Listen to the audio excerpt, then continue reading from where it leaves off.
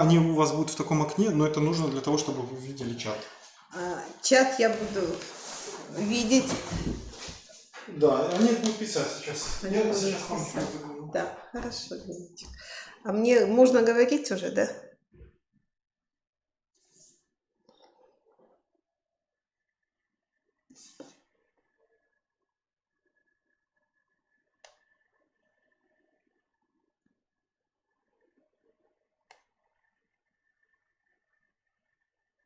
Говорить уже, да? Говорить уже, да?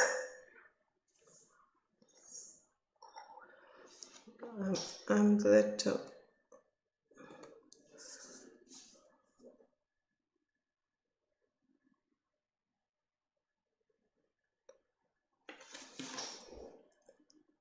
Oh, hello, everybody. I don't know how it works, but I hope somebody hear me. So we have lecture right now for students of the 6th course on polyclinic therapy, and it's devoted to diabetes mellitus and its management in polyclinic.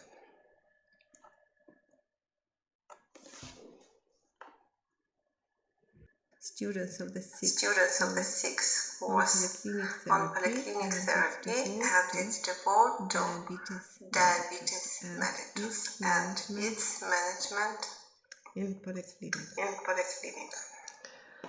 So if you can hear me, so you can make notes. Students of the 6th course on polyclinic therapy, and it's devoted to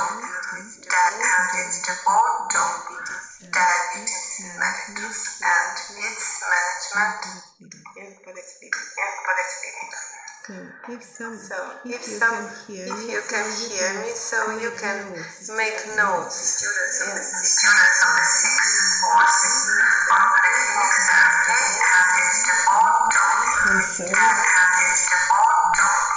diabetes mellitus and its management in polyclinic.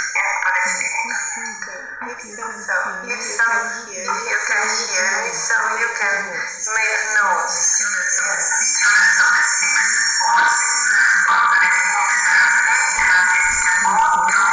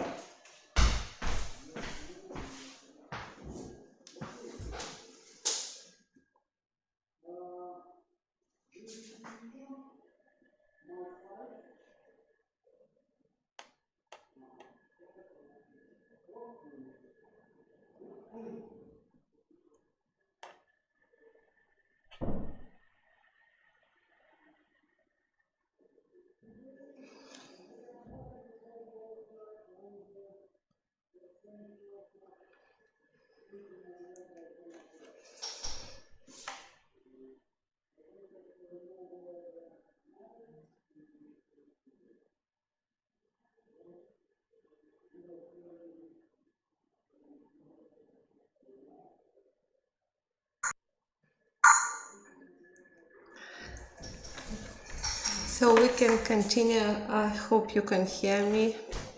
Дима, нет, куда? Ну, что-то повторяется, Дима, одно и то же, не то.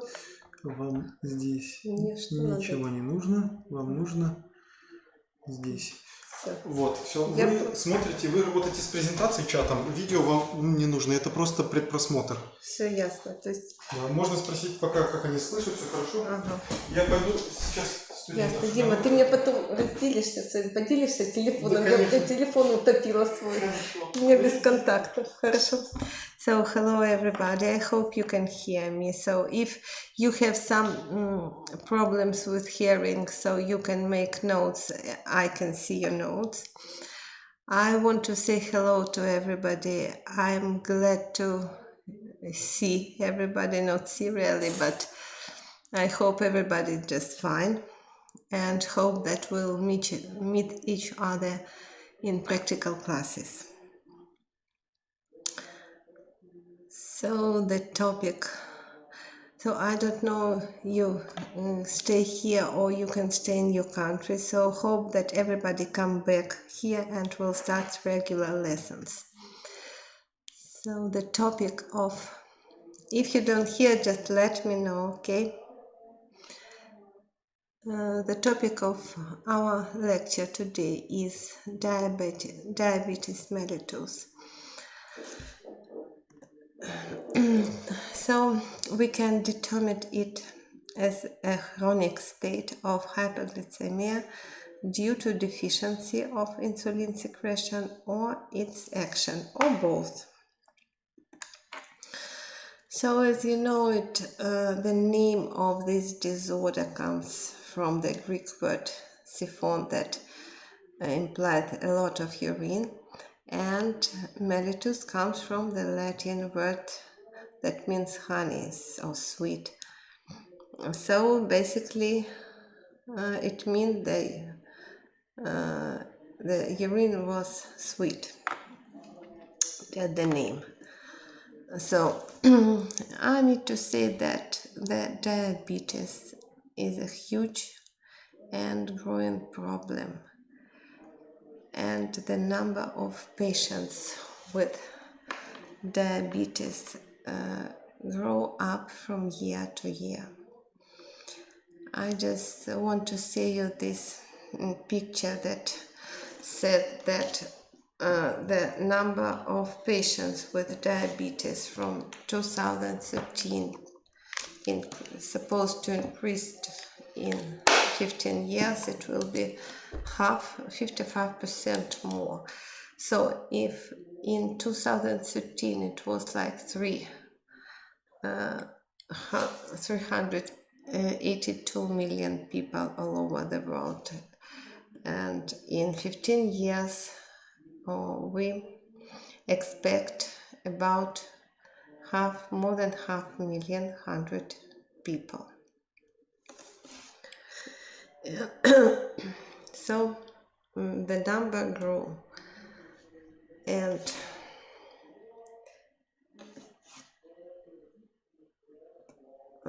that is as you can see, there is no prevalence by age, by sex, and the number of patient grows to after 50-55 years, and there is no prevalence between male and female. So that is, I would like to make some notes how it comes from diabetes to what complication it can cause. Yes, so in years, so at least the rate, if we talk about diabetes type 2, so we know that one of the risk factors is obesity and overweight, and people with overweight, as you see in this picture, in 5 years they comes to obesity, in 10 years to diabetes, and in 15-25 years they have some complication or some accompanied disorder. So it can cause heart disease and stroke, and statistics says that 70% of people with diabetes die from heart attack or stroke. Kidney disorders. From 10 to 20% of people with diabetes die of kidney failure. Eye diseases, that after 15 years of diabetes, 2% of persons go blind, and about 10% develop severe visual impairment. And of course, nerve disease. Diabetes nerve disease affects up to half of people with diabetes, and if it combined with reduced circulation in the legs, it increased risk of foot ulcers and limb amputation.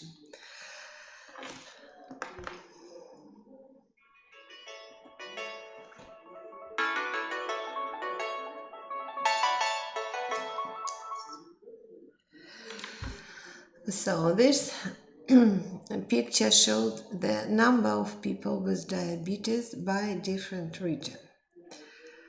So it's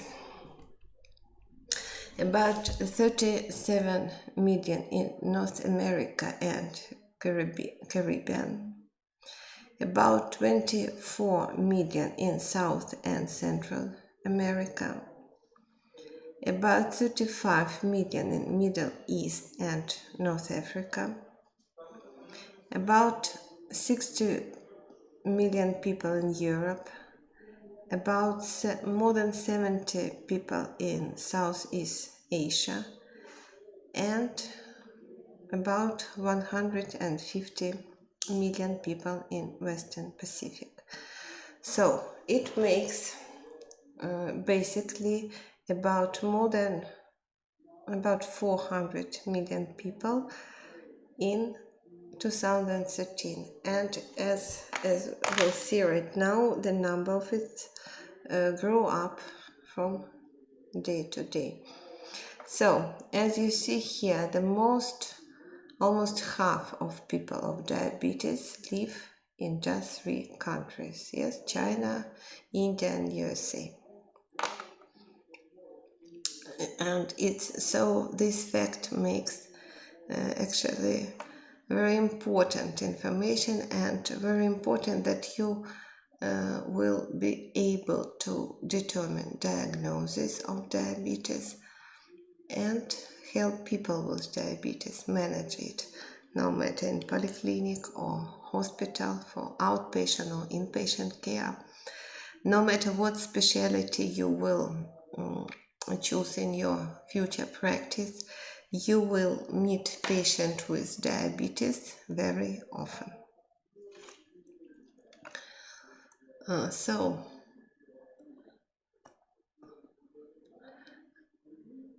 We can see that is just the top 10 countries of diabetes. So this number of people with diabetes one more time, and cases of diabetes that are undiagnosed, and that is mortality because of diabetes in people under 60 years of age. As you see, it's very high, and that is the expenditures. How does it cost to suffer from diabetes? So it's pretty expensive. So all this, what I'm trying to tell you, that the diabetes mellitus is a great problem all over the world.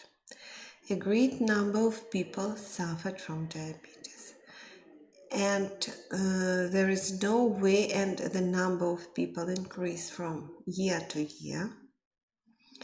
So you will meet patients with diabetes. That's why I hope that you will be able to determine diagnosis and to manage diabetes. So what goes wrong in diabetes? There is, from one side is breakdown of insulin regulation and secretion, and from other side, damage of beta cells. So, as you know, we'll talk a little bit about action of insulin on carbohydrate, protein, and fat. So insulin, you know that insulin, that is the hormone that's produced by beta cells of pancreas to utilize glucose. So how it acts on carbohydrates? That facilitates the transport of glucose into muscle and adipose cells. Facilitates the conversion of glucose to glycogen for storage in the liver and muscle, and decreases the breakdown and release of glucose from glycogen by the liver.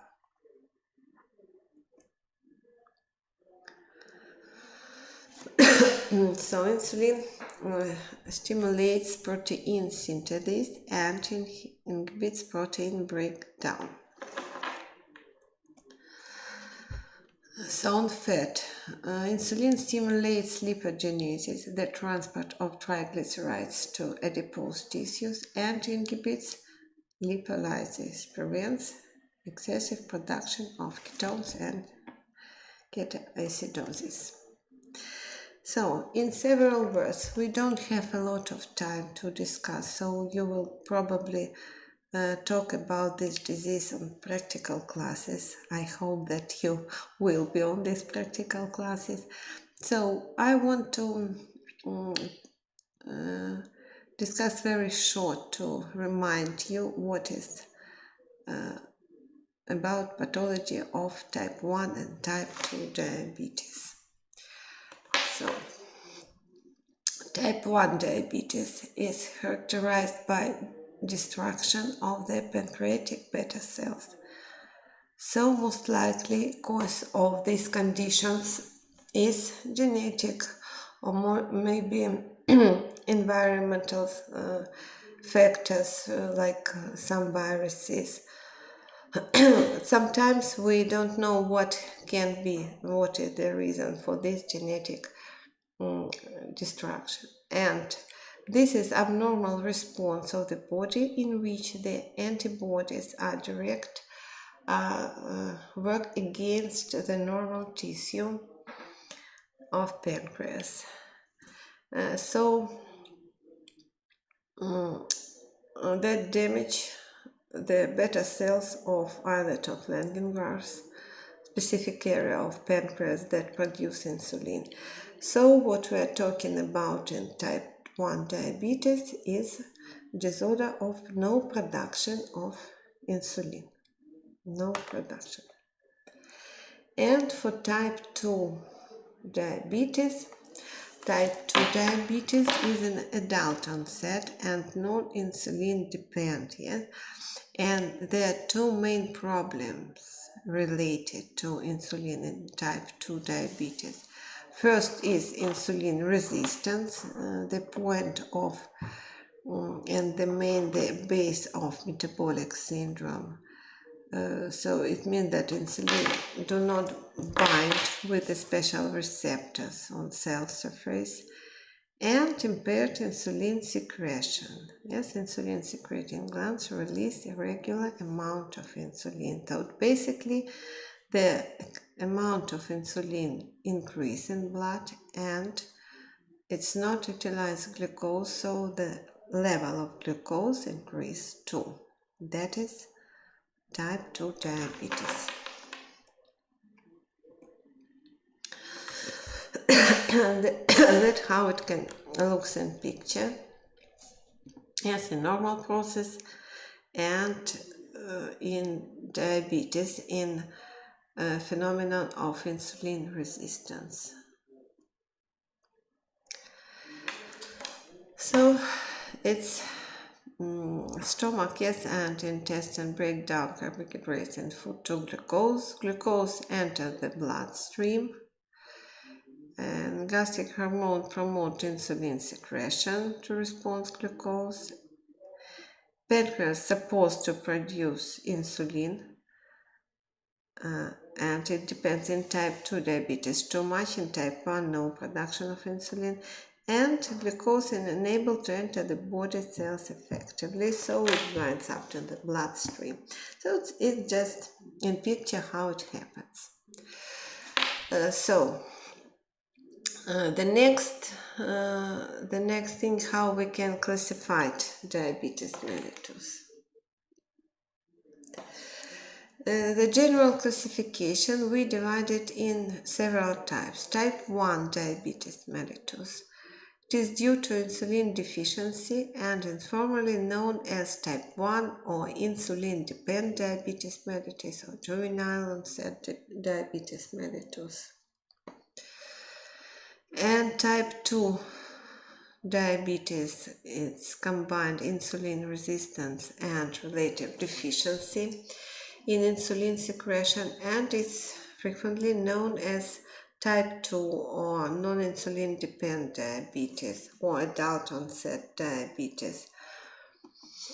Then we also have so-called gestational diabetes mellitus.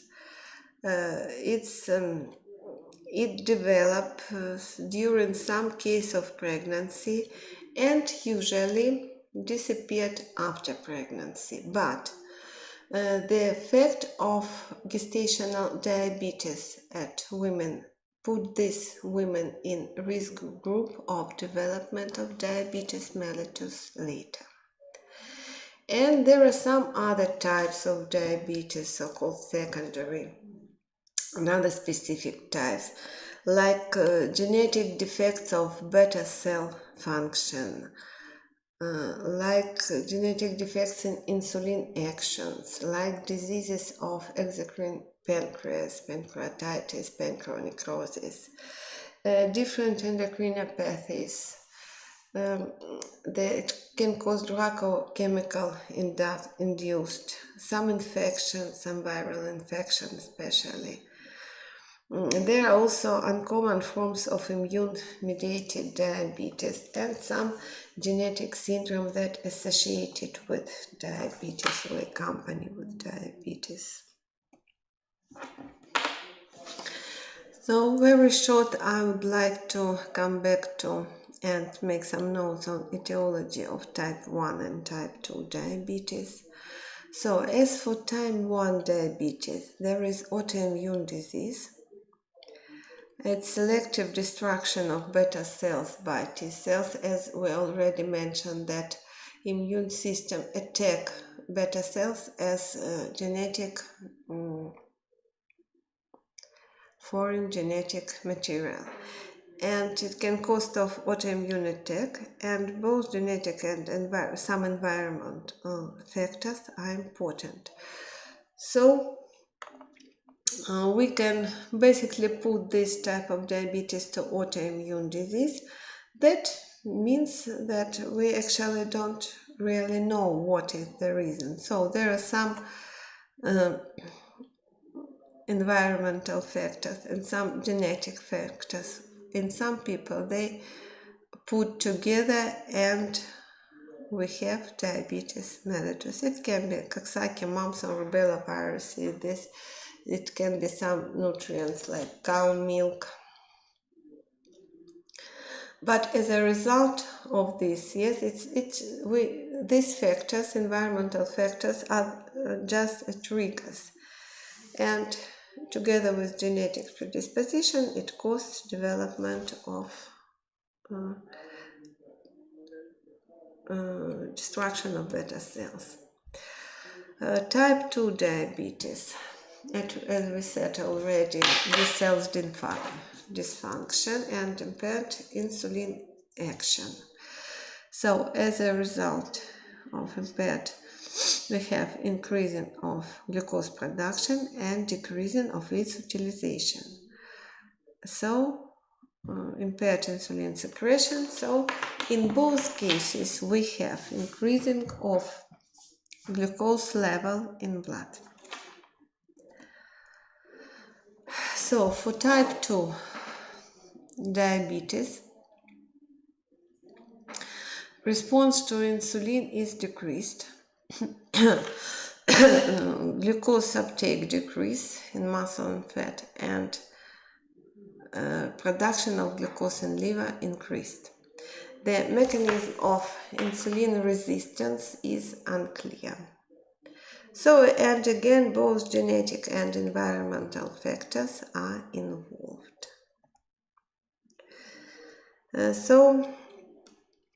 Several more words.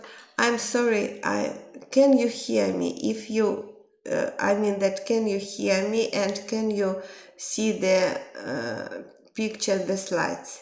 If you have some problem, so we can ask technical support. If it's just fine, so just don't write anything. So I see that we have almost a lot of students. I don't remember the usual lectures with such numbers of students.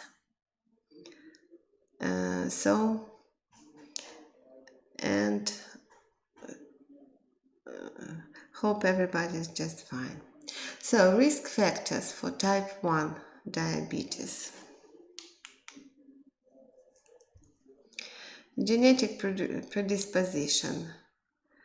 That is the risk factors of a lot of okay, you can hear. I'm glad actually to see. I would like to see everybody of you to say hello. So in individual with a genetic predisposition and events such as viral or toxin triggers autoimmune destruction of B cells. So that's what we just said, that some patient has genetic predisposition to development of diabetes, and after some act of some triggers like viral infection, maybe stress, maybe something else, and we have start of diabetes.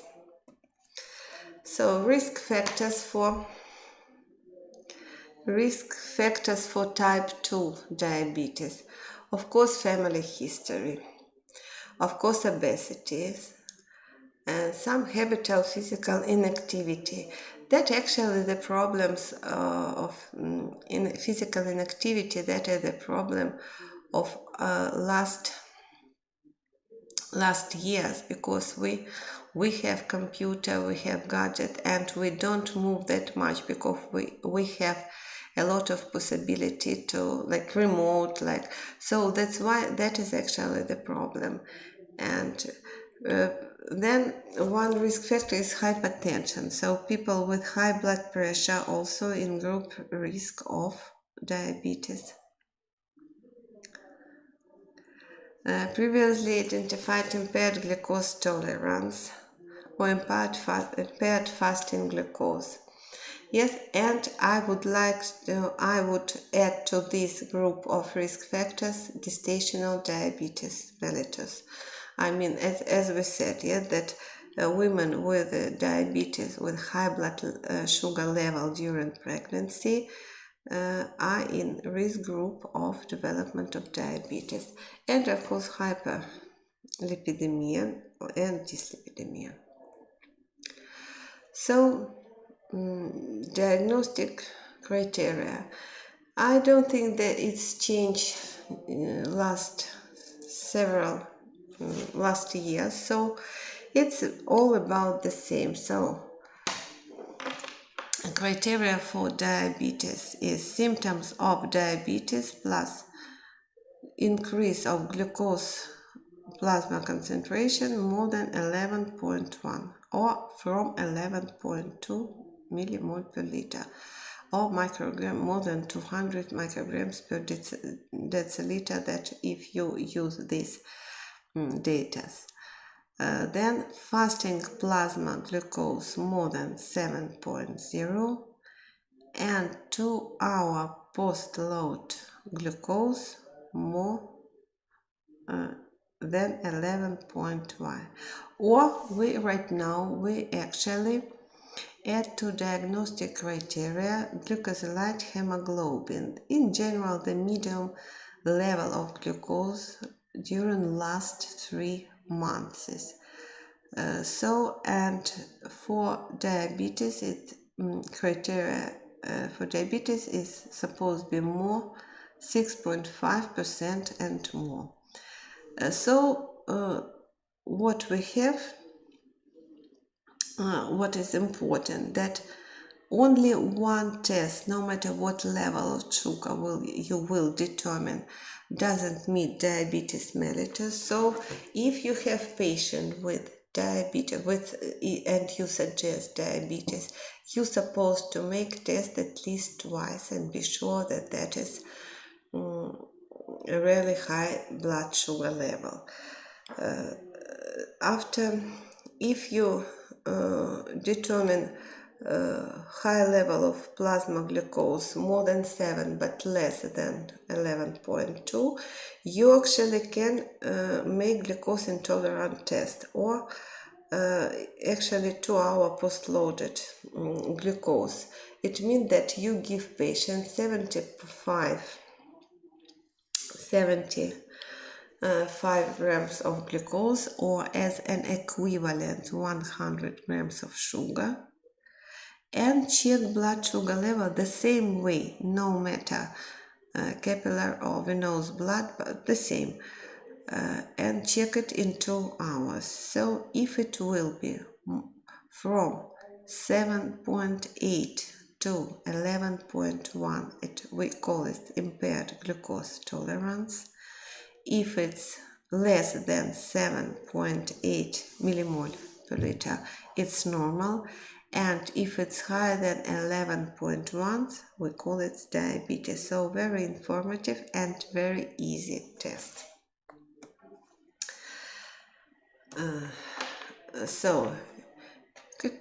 One more time, yes, categorization of glucose status: fasting plasma glucose, normal rate, less. It depends from venous or capillary blood. For capillary blood, from 3.5 to 5.5, so high from 5.6. And impaired fasting glucose, 5.6 to 6.9. And from 7.0, diabetes. Then 2-hour post-load plasma glucose or oral glucose tolerant test. Yes, as I just said, I just want you to say it one more time, that normal, less than 7.8, it's normal. From 7.8 to 11.1, we call glucose, impaired glucose tolerance, and from 11.2 we call diabetes.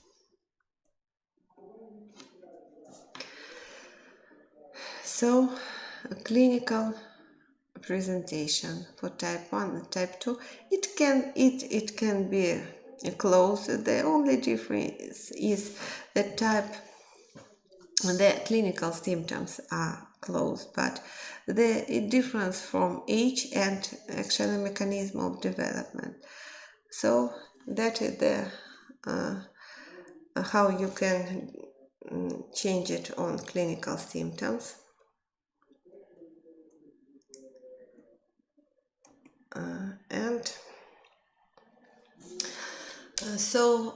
What is diabetes? Actually, as you know, the diagnosis of diabetes is not difficult. Actually, the only criteria, as the main criteria, as you could see, are the high level of blood sugar, increased level of blood sugar. It's very easy to check blood sugar. And there are some typical symptoms that can let you suggest diagnosis of diabetes. So, what is wrong? Why it's so easy, but why there are so many people with undiagnosed diabetes? Why it's so big problem? So that's what I would like to know, that no matter that it's very easy to determine diagnosis, there is no complicated test to determine diagnosis. You can do this even in polyclinic just to check glucose level. But still, the problem of diabetes is huge. The number of patients with diabetes is great. So our task is to manage diabetes. So there are three major components, the main components of treatment or management of diabetes. The first thing is medical nutrition therapy, diet and exercise. The second, oral hyperglycemic therapy and insulin therapy. But basically, what the main idea of management of diabetes is to keep glucose level as close to normal rate as possible. And that is actually medical nutrition and oral hyperglycemic therapy, insulin therapy. That is the way that we use to achieve this aim. But the aim, one more time, the aim of management of diabetes is to keep glucose level as close to normal rate as possible. So, a little about diet.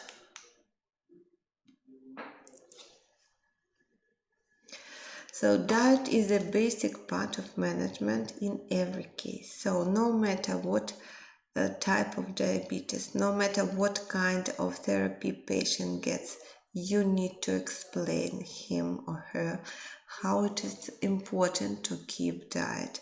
No treatment will work without it. So treatment can be effective only together with the nutrition.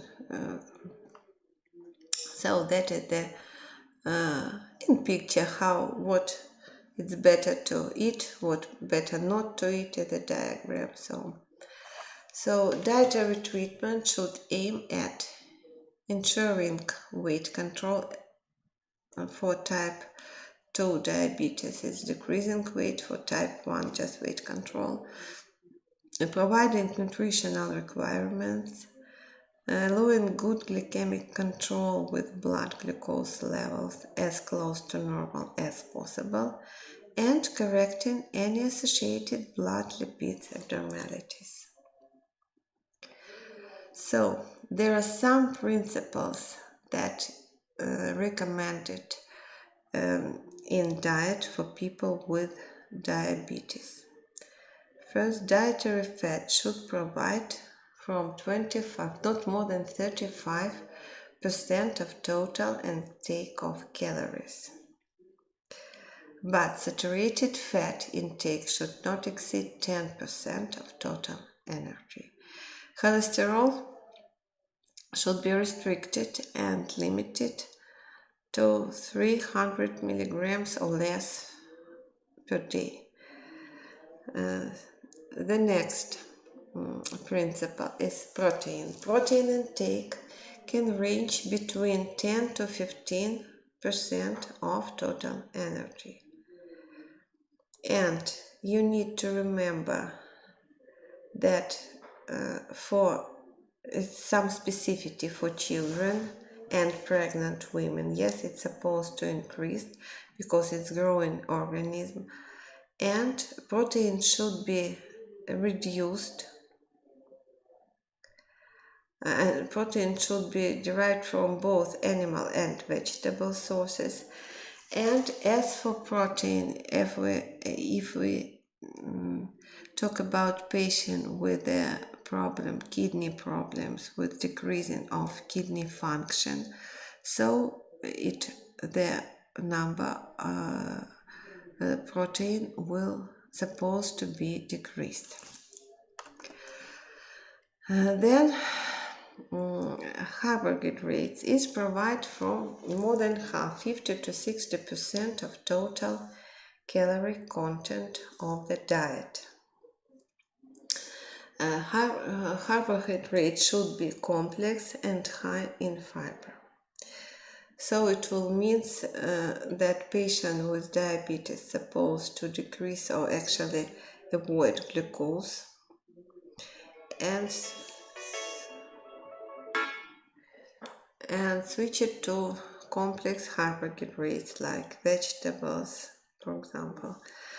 Excessive salt intake is to be avoided. It should be practically restricted in people, especially you need to put attention for this for people with high blood pressure, with hypertension, and one more time with people with kidney failure, with nephropathy. That is what we're supposed to remember. Exercise. Physical activity promotes weight reduction and improves insulin sensitivity, thus lowering blood glucose levels. So you need to explain people with diabetes how important to get exercises. I'm not sure that I have. Okay. So about exercises, what kind of exercises? Anyone that acceptable for people. Some people like to walk, some people like to work in the garden, some people like to dance or bicycle or walk with their pets. So no matter what kind of physical excursion, but it is important. Together with dietary treatment, a program of regular physical activity and exercise should be considered for each person. And people must be educated about the potential risk of hyperglycemia, decreasing of blood sugar level, and how to avoid it, especially for people who gets insulin therapy. So I want to make a conclusion that in some cases, especially for type 2 diabetes, if you diagnosed it in early stages, so you can manage it using just diet and physical excursion. So again, one more time, the idea of management of diabetes is to keep glucose level as close to normal as possible. So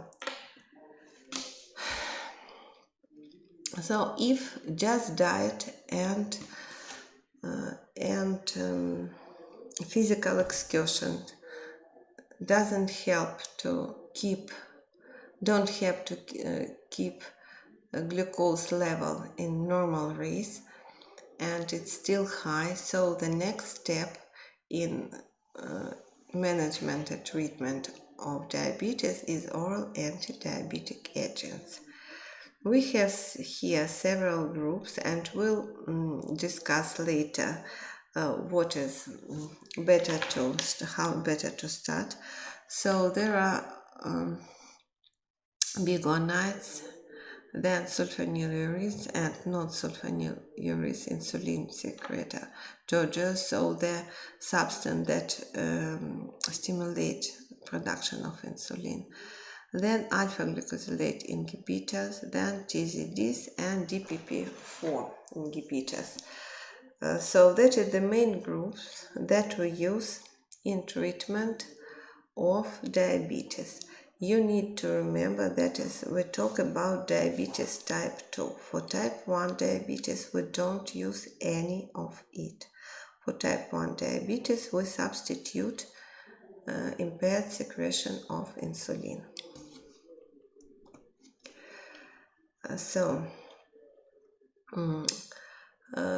I would like to manage very general questions, how to use oral agents. So probably you will discuss this more in practical classes. I hope we'll get practical classes. So, if glycemic control is not achieved, with lifestyle modification and diet and physical exertion in 1 to 3 months. So we need to recommend patient oral anti-diabetic agents. What does mean glycemic control? I didn't mention it, but glycemic control means that patients keep blood sugar level close to normal. So, and how you as a doctor can determine this? We have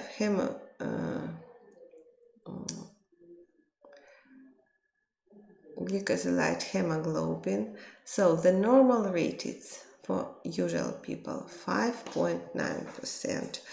For people with diabetes, control means that it's not more than 6.5. So if you're supposed to explain people that it's people with diabetes must check this analysis every 3 months, and if it's less than 6.5 is just perfect. That is the completely control of diabetes.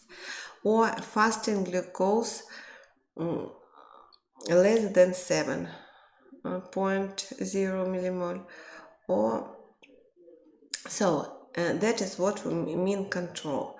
So that's how you can control. So if you achieve this control only with exercises is diet, just perfect. You can go on. But if not so, in 1 to 3 months, we start with anti-diabetic agents. In the presence of marked hyperglycemia in newly diagnosed symptomatic type 2 diabetes, so oral anti-diabetic agents can be considered together with lifestyle modification. So if you have patient with a fasting plasma glucose level more than 11.1 or glycosylate hemoglobin more than 8, you can start. So you not can, I would say you must start oral anti-diabetic agents together with lifestyle modification with diet and physical exertion. So we continue about this. At first line therapy, obese type 2 patient, consider use metformin, acarbose or TZD. I don't note the name of, not rate, not chemical made of drugs, so because we don't really have time, so I would like to make it short, because yes, we have a reglement, and I think we have just like 40-50 more minutes.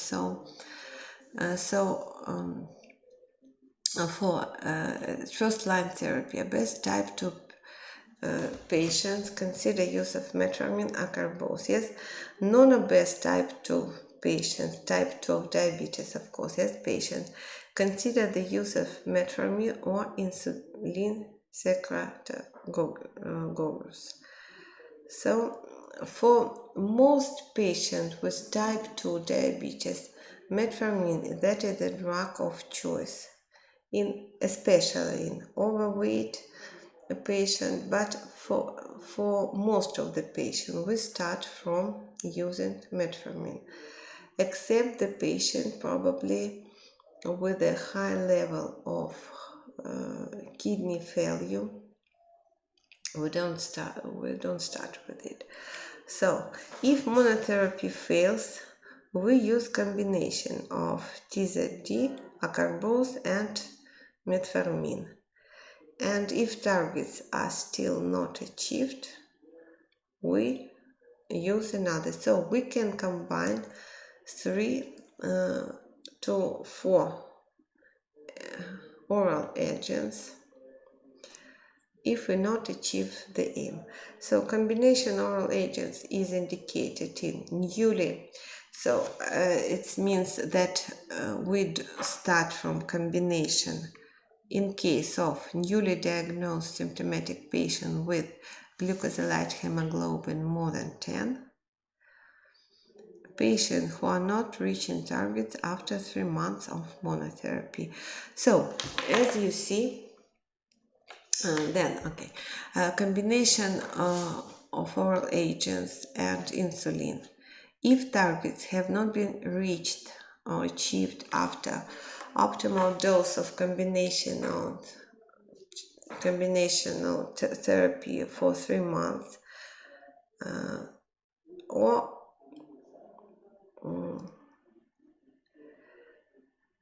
combination of insulin and oral anti-diabetic agents can be shown to improve glycemic control in patients those not achieving target despite maximal combination oral anti-diabetic agents. So, as one more thing, yes, combining insulin and the following oral anti-diabetic agents have been shown to be effective in people with type 2 diabetes. Yes, that is the combination. So, as you can see, the management of diabetes we come step by step. That is a kind of algorithm for management of diabetes type 2. Yes, remember please that if we have patients with type 1 diabetes, there is no way we cannot stimulate production of insulin. We can only substitute insulin. So for type 2 diabetes, yes, as you see, as we just discussed, so we can start from, so the main idea of management is to keep blood sugar level as close to normal as possible. So that is the way how we can achieve this aim. So diet and physical activity, we start from it. If it's not effective, we add metformin and acarbose for obese patient, and metformin and or together with insulin secretagogues for non-obese patient. If we are not achieve success, we add another groups, and if we not achieve success, the time is 1 to 3 months. So this, if we not achieve the same, we combine oral anti-diabetic drugs together with insulin. And the way on the right side you can see what do we mean to achieve aim, how we can control. So we can control blood sugar level with different ways, whether checking blood sugar level by glucometer 2-3 times a week, for example, for patients with type 2 diabetes, and checking glucosylate hemoglobin once in 3 months. For patients who get insulin therapy, we should use control several times a day, of course, when we're talking about type 2 diabetes. So I would like to show some general guidelines for use of oral anti-diabetic agents in patients with diabetes.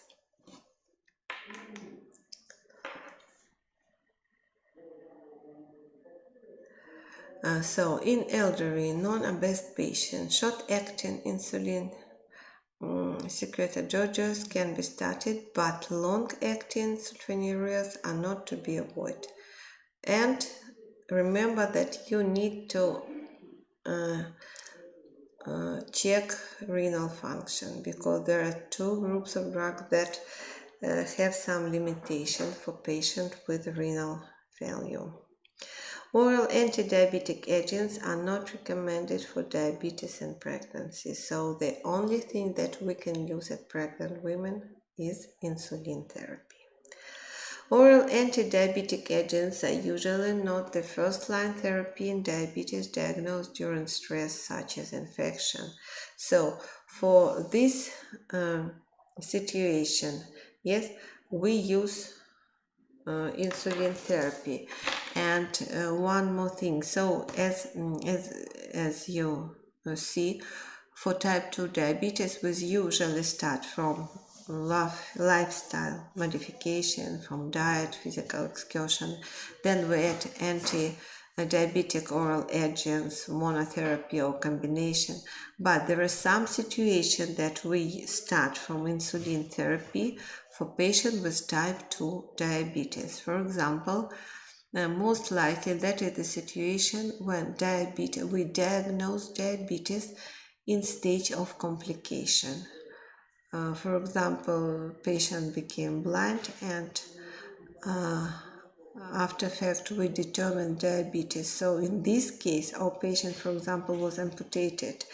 The leg was amputated because of necrosis, and diabetes was determined, high level of glucose was determined. In these cases, when diabetes manifested from its complication, we start from insulin therapy also for patients with type 2 diabetes. General guidelines for use of targets for control are applicable for all age groups, but of course we need to be specific about patient with a combination of different disorders, and you need to remember that type 2 diabetes usually starts after 40-50 years, so people in this year usually can have another cardiovascular disorders or some metabolic disorders, so you need to keep this in mind. So one indicated start with a minimal dose of oral anti-diabetic agents and combine it with physical activity and diet. And again, put attention that there are some people, for example, obese people with obesity of the fourth grade with a weight more than 200 kilos, that is very difficult to recommend them physical excursion. So you need to keep this in mind too. So, and appropriate duration of time from 2 up to like 2-3 months is dependent on agents used. Between increment should be given to allow achievements of steady state blood glucose control. Several words about insulin therapy. Short-term insulin use in acute illness, in surgery, stress and emergency, in pregnancy, breastfeeding. Insulin may be used as initial therapy in type 2 diabetes in the situations as I just said, that if their treatment if combination of several drugs not effective, or if we diagnose diabetes on late stages, in stages of complication, and severe metabolic decompensation like diabetic ketoacidosis, hypersmoral non-ketonic coma, and lactic acidosis, and so on. So that is the indication for short-term insulin therapy, no matter actually what type of diabetes patient with type 1 and type 2 diabetes.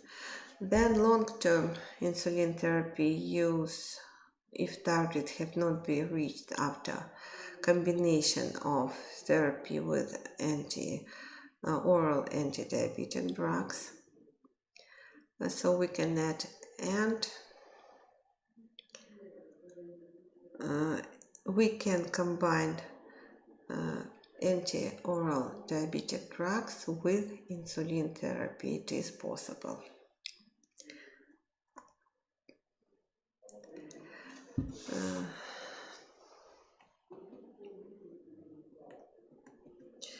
So insulin regimens. The majority of patients will require more than one daily injection of good glycemic control is to be achieved. So I'll try to be short in insulin therapy. So depends. We can divide insulin in different types according to duration of action. It is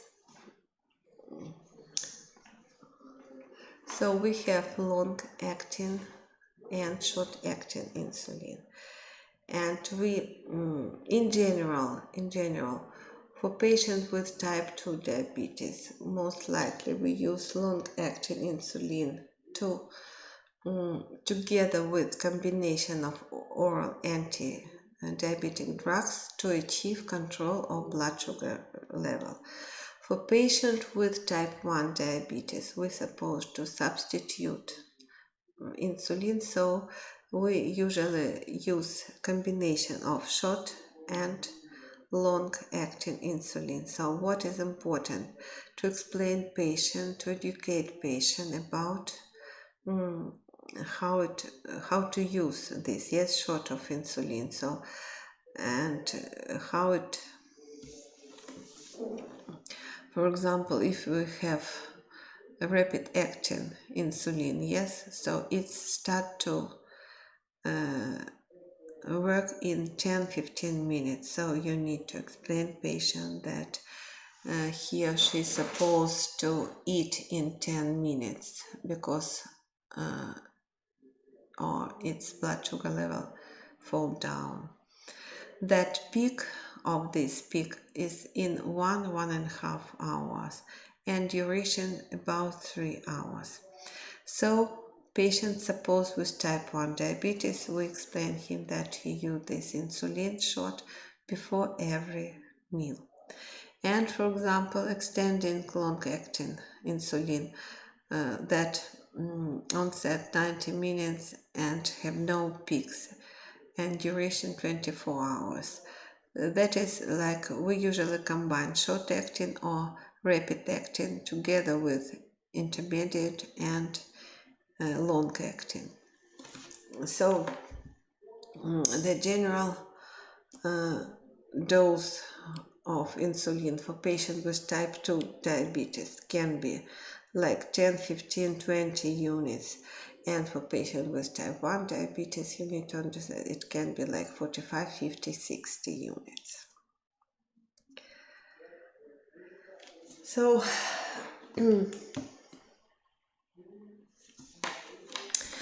if you need to make some break, you can tell me in chat. If you want to have some short break, or if not, I think I'll try to finish in 10-15 minutes. Up to you.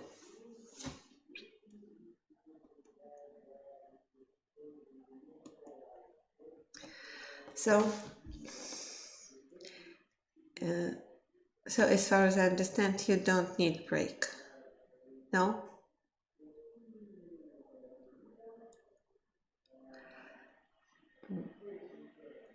Okay, so I would like to put your attention about self-care of diabetes. It is important because that is as every metabolic disorder, diabetes mellitus needs special care and it needs lifestyle modification, and it will be one of your tasks to educate patients with diabetes how to live, what to do, what to eat. So it is important. We have all over the world, I am sure that you have in your country too, some schools for patients with diabetes where patient can be educated what to eat, how to move, what kind of shoes to wear, what kind of clothes. So it is important because it's important for any metabolic disorder. Again, I think that it will be one of your tasks to educate patients. So you need to explain how to check blood glucose level, how to check body weight, and why it is important to do this. You need to explain food care, personal hygiene, and you need to explain why it is important to keep healthy lifestyle. Why and you need to explain how to do this. So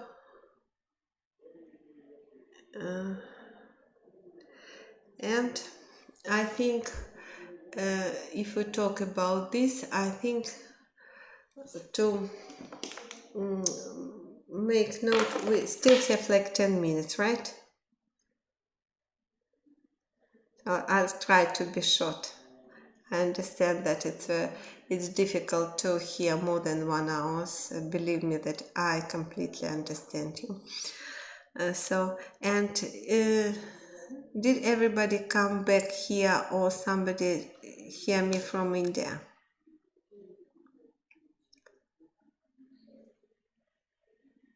No response.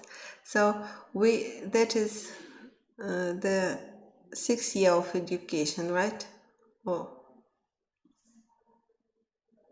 am I right? The 6th year.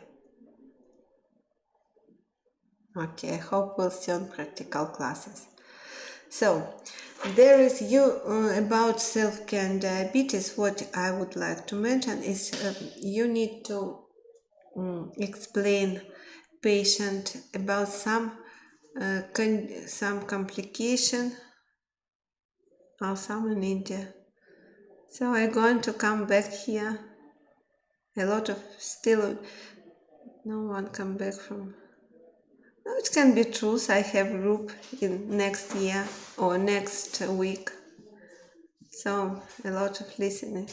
I don't think you attend lessons so much and staying here. Yes, I think that the number of students that listen lectures right now is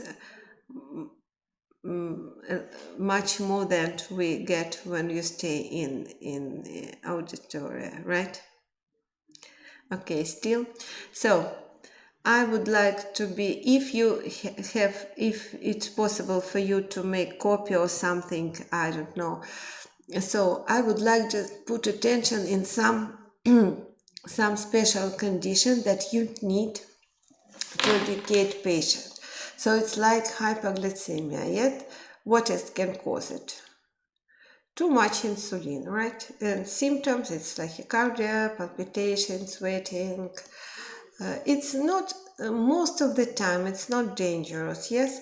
So the treatment is candy of sugar, but it can be coma. So if you not possible to help, so sometimes it's need to inpatient care. There are what is bad about diabetes, that it's bad because of its complications. So the main danger of diabetes are complications are the main danger of diabetes. So there are some complications that can be chronic and can be acute. There are, if we talk about acute complication, there are comas. Yes, I will not talk about this. I think we'll get specifically about this in practical classes.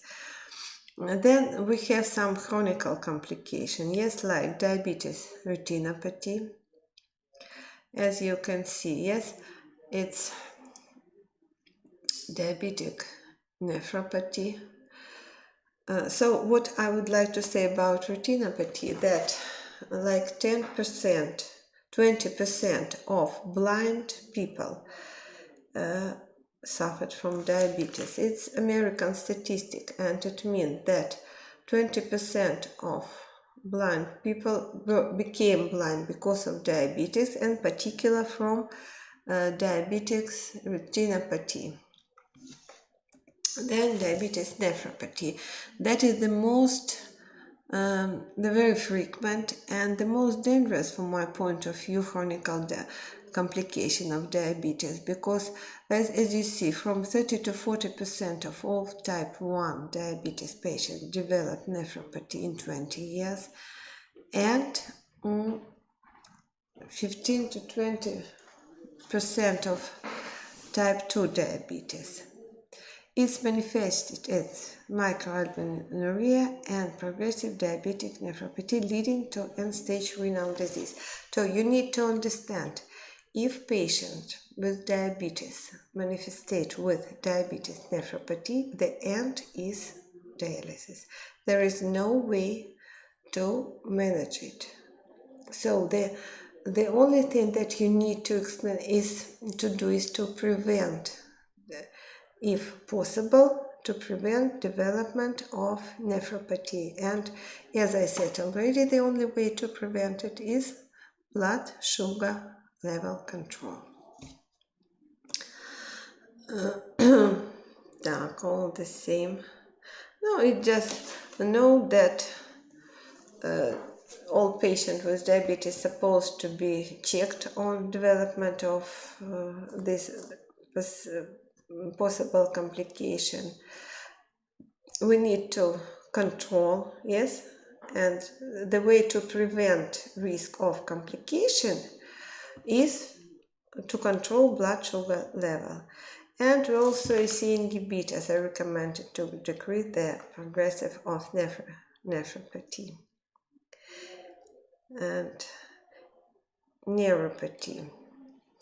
Diabetes neuropathy manifested with loss of sensation due to damage of high blood glucose changes in metabolism of nerve cells. So we, as patient complaints, there are a lot of different complaints. So what is almost all patients with diabetes comes to earlier or later to diabetes neuropathy. So, and the bad thing about it that if it's accompanied with peripheral vascular disease, it can be the reason of foot ulcer and a secondary infection, and as a result, supposed amputation. Oh, I'm sorry.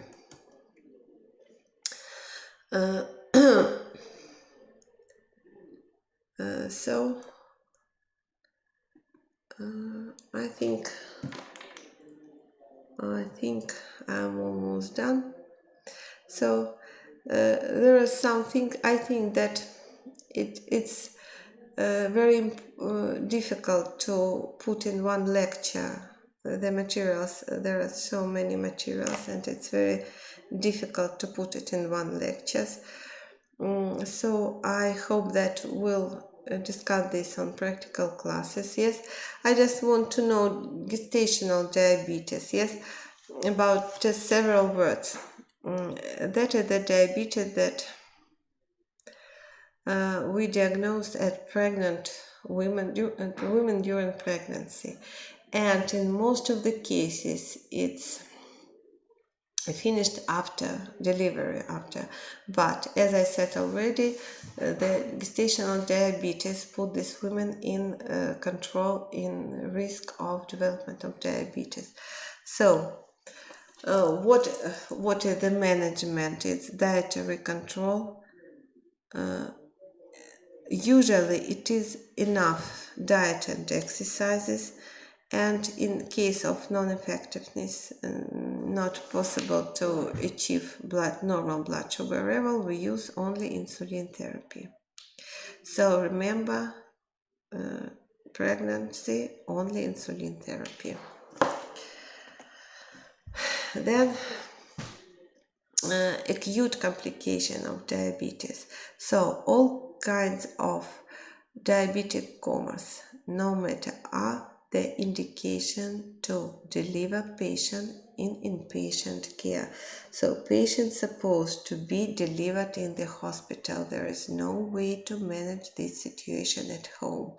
There are some specific signs and symptoms, but you need to remember about acute situation, about this special situation. The first thing, you need to deliver patient to specific hospital, to intensive care department as soon as possible. And the main thing what you need to remember that after patient delivered there, you need to control a lot of things. So you need to, in any situation, not about only diabetes, but any situation that can cause that put patient in risk of death, supposed to be controlled. A lot of things you need to control.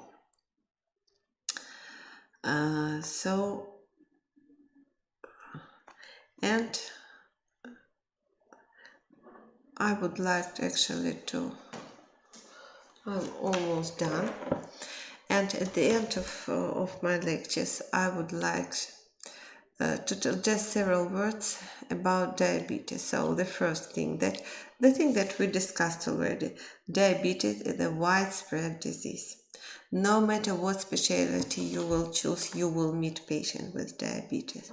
The main thing, it's very easy to determine diagnosis, but we still have a lot of patients with undiagnosed diabetes that manifestates sometimes from its complications. The main aim of diabetes treatment is to achieve blood sugar level as close to normal as possible. So there is no actual way to prevent development of diabetes, but there are a lot of ways how to prevent complication of diabetes, and the best thing is blood sugar control. So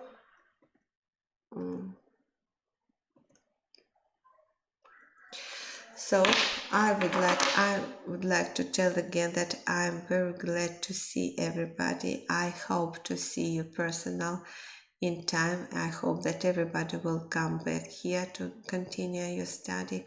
I would like to wish you good luck and have a great day, or probably you still have we have the difference. What is the difference of time between India and Russia? It's about 2-3 hours. So it's earlier than at you than at us, right?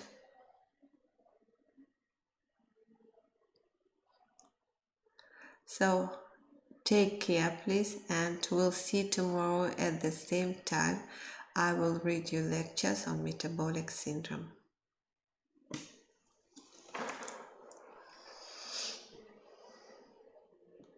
Bye-bye. See you tomorrow.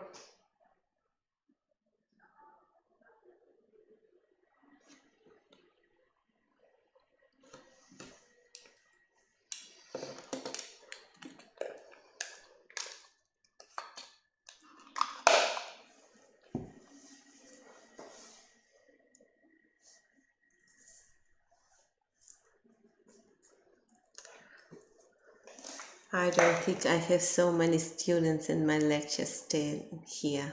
And right now they're just almost all of you. See you tomorrow. Bye-bye.